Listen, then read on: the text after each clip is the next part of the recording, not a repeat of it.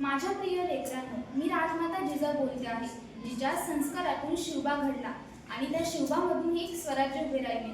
आज काळ बदलला आहे. तुमच्या हातात तलवार नाही तर ज्ञानाची धार आहे.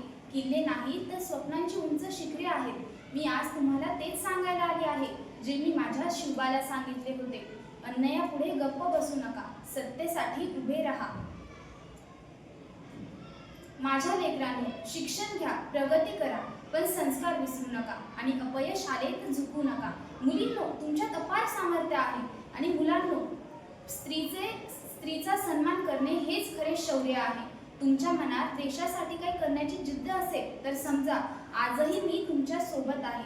मी जिजाऊ बोलते आहे. ऐका माझी वाणी, घडवा तुमच्या कर्तृत्वातून एक उज्ज्वल हिंदुस्थानी कहाणी. ज्ञान, शील, बुद्धिमान हेच खरे शस्त्र आहे.